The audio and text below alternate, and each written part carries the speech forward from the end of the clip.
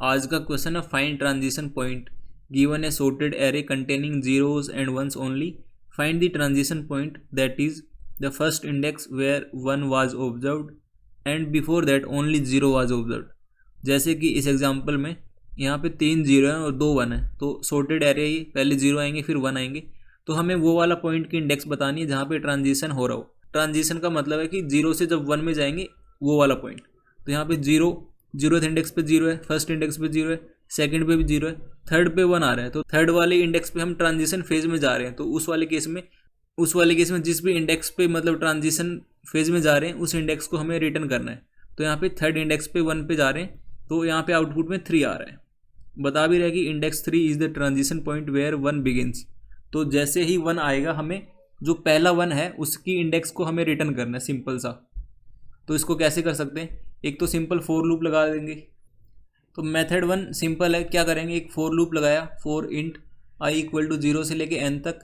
जैसे ही array of आई 1 हुआ, जैसे ही पहला 1 हमें मिला वहीं पे हम बोल देंगे कि रिटर्न कर दो इंडेक्स को, रिटर्न आई. एक तो ये है सिंपल सी अप्रोच. इसमें जो टाइम कॉम्प्लेक्सिटी होगी वो होगी बिग ऑफ n, क्योंकि हम n आइट्रेशंस कर रहे हैं.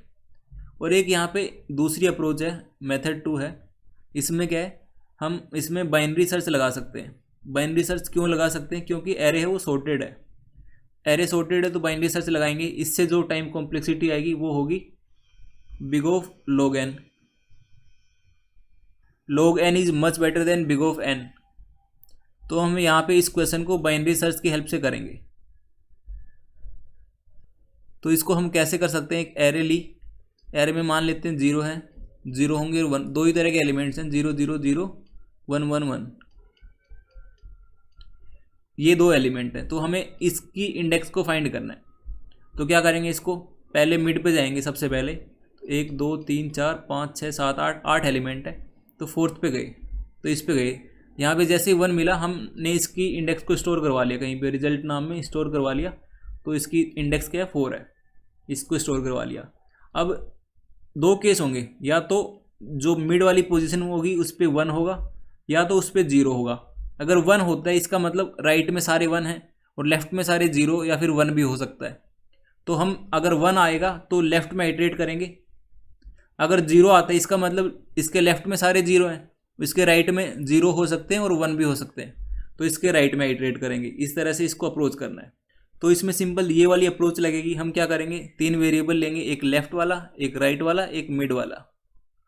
तो मिड वाले को हमेशा अपडेट करते रहेंगे. मिड वाले पे हम चेक करते हैं अगर 1 है या 0 है. अगर 1 हुआ तो जो इंडेक्स है उसको स्टोर करवा लेंगे साथ साथ और उसके लेफ्ट में आइट्रेट करेंगे.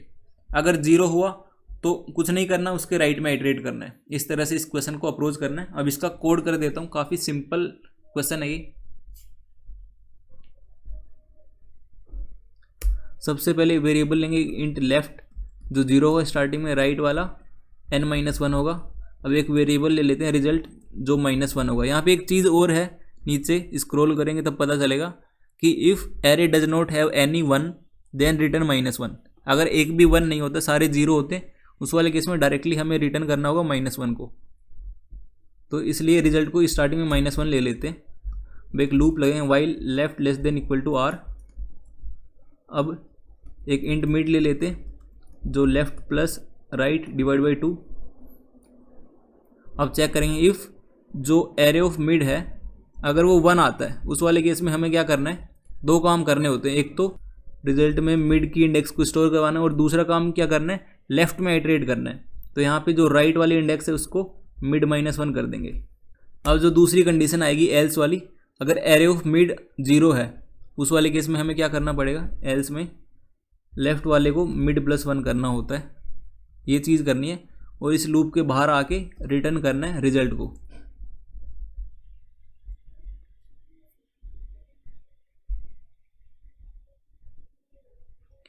एरे ऑफ मिड, यहाँ पे एरे गिवन है तो इसको ए ले लेते हैं.